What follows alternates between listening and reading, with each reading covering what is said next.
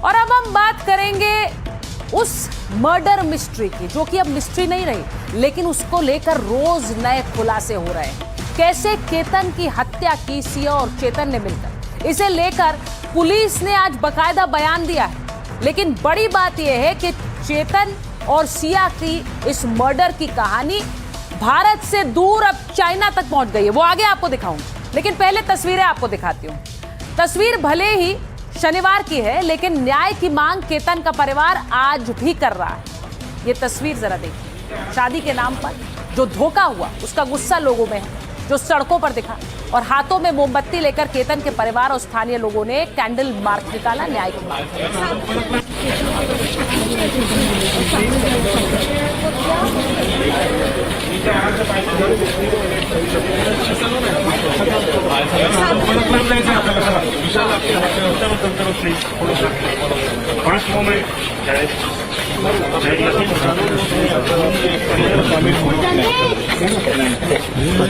तो एक तरफ न्याय की मांग हो रही है, तो दूसरी तरफ चीन में इस हत्याकांड की चर्चा हो रही है।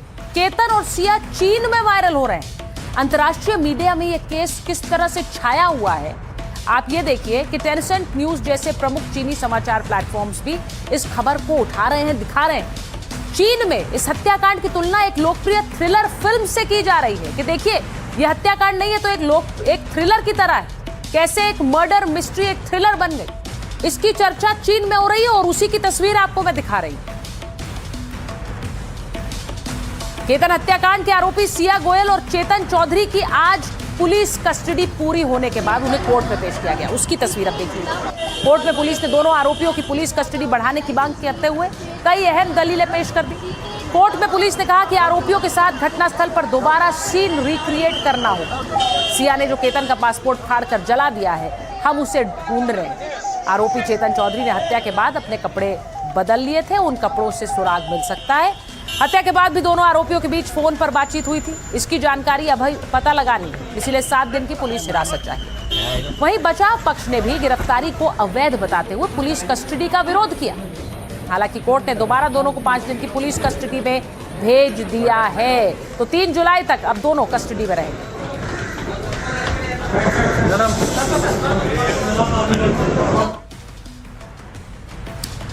आज आपको बताती हूं कि कैसे सिया और केतन को मारने के लिए गूगल पर क्लास ले रहे थे।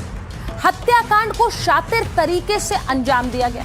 सोची समझी प्लानिंग के तहत केतन को धक्का दिया गया। मर्डर के लिए सिया और चेतन ने कई प्लान्स बनाए थे। दोनों ने देखा कि कौन से तरीके से वो बच जाएंगे, किस तरीके से वो बाद में पकड़े नहीं जाएंगे। गूगल, यूट्यूब पर दोनों ने हत्या के तरीके सर्च किए थे। देखा कि ऊंचाई से गिरने पर मौत की कितनी संभावना है, कौन से तरीके से हत्या करने पर वो सुरक्षित बच सकते हैं लेकिन केतन नहीं बचेगा, किस तरीके में पकड़े जाने का खतरा सबसे कम होगा। कई तरीके देखने के बाद लोहागढ़ का जो प्लान है उसे फाइनल किया गया। वारदात से पहले सिया चेतन ने बकायदा मीटिंग की और मीटिंग में सिया को किले के उस स्पॉट की जानकारी दी जहां से केतन अग्रवाल को नीचे खाई में धक्का देना था। अब डिजिटल फोरेंसिक जांच में कई खुलासे होने की संभावना है। आरोपियों के फोन से सर्च हिस्ट्री निकालने की कोशिश की जा रही है। मर्डर प्लानिंग से जुड़े डिलीटेड चैट्स वो भी निकालने की तैयारी है, जिसमें दोनों ने लोहागढ़ के खास स्पॉट का जिक्र किया था और बातचीत की थी। तो ये सब कुछ पुलिस इस वक्त कर रही है।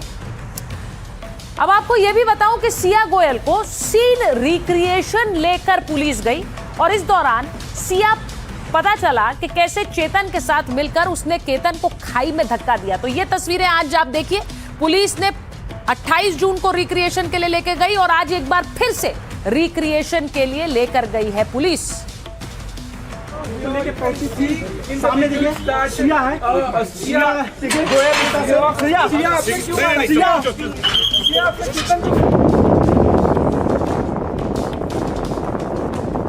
देखिए, लोहगढ़ किले के ऊपर जहाँ पे वो घटना हुई थी, उस घटना पे एक डमी सीन क्रिएट करके वहाँ पे एक्यूज को ले जाया गया है। किस रूट से जाके कहाँ बैठे और क्या क्या प्रोसेस घड़ी और घटना कैसे घड़ी, उसको रिक्रिएट किया गया है। उसमें एक्यूज ने बता दिया है। सवाल है कि आखिर चेतन और सिया ने केतन को धक्का कैसे दिया। पूछताछ में सिया ने जो बताया उसके मुताबिक 18 जून को लोहागढ़ किले पर सिया गोयल ने पानी पीने या जूते का फीता बांधने के बहाने बैठकर चेतन चौधरी को इशारा दिया। इसी के बाद पीछे चल रहे चेतन ने केतन को खाई में धक्का दे दिया। पुलिस का कहना है कि केतन गिरते वक्त सिया को पकड़ न सके, इसीलिए वो बैठ गई थी। तो ये सब जानकारी पुलिस अब इंटेरोगेशन के बाद दे रही है और बार बार सिया के वकील कह रहे हैं कि जो कुछ भी पूछताछ में सामने आए उसे मान्य नहीं माना जाएगा कोर्ट में। अब ये जो आप तस्वीर देख रहे हैं, कैसे इन दोनों ने मर्डर की रिहर्सल की, पुलिस की जांच में हैरान करने वाले खुलासे सामने आए। सिया चेतन ने अपराधियों की तरह हत्या की, हत्या करने से लेकर पुलिस से बचने का प्लान बनाया। मर्डर से पहले दोनों ने की थी क्राइम रिहर्सल, मतलब दोनों ने पहले मर्डर करने की प्रैक्टिस की ताकि मर्डर करते वक्त दोनों से कोई गलती ना हो जाए। मर्डर को शातिराना तरीके से अंजाम देना चाहते थे ये दोनों, और केस की कड़ियां जोड़ने के दौरान यह खुलासा हुआ। मई में ही मर्डर की अंतिम रूपरेखा तैयार की गई थी, बाद में कई हफ्तों तक मर्डर की रिहर्सल करती गई।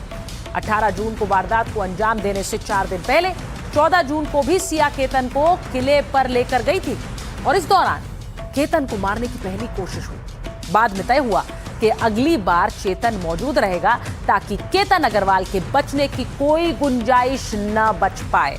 तो ये पूरी प्लानिंग और मर्डर का रिहर्सल कई बार पहले किया जा चुका था। अब आपको एक और तस्वीर दिखा देती हूं।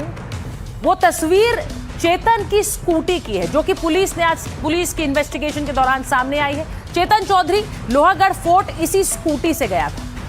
टोल रिकॉर्ड से बचने के लिए कार छोड़कर स्कूटर से किला पहुंचा था चेतन, जिससे पता चलता है कि केतन की हत्या सोची समझी साजिश के तहत की गई। आरोपी चेतन चौधरी ने टोल प्लाजा के इलेक्ट्रॉनिक रिकॉर्ड्स और सीसीटीवी ट्रैकिंग से बचने के लिए कार की जगह स्कूटर से 90 किलोमीटर दूर लोहागढ़ किले तक का सफर तय किया। इस वारदात को अंजाम देने के बाद चेतन पुलिस को चकमा देने के लिए उसी स्कूटर से वापस पुणे भी लौट आया।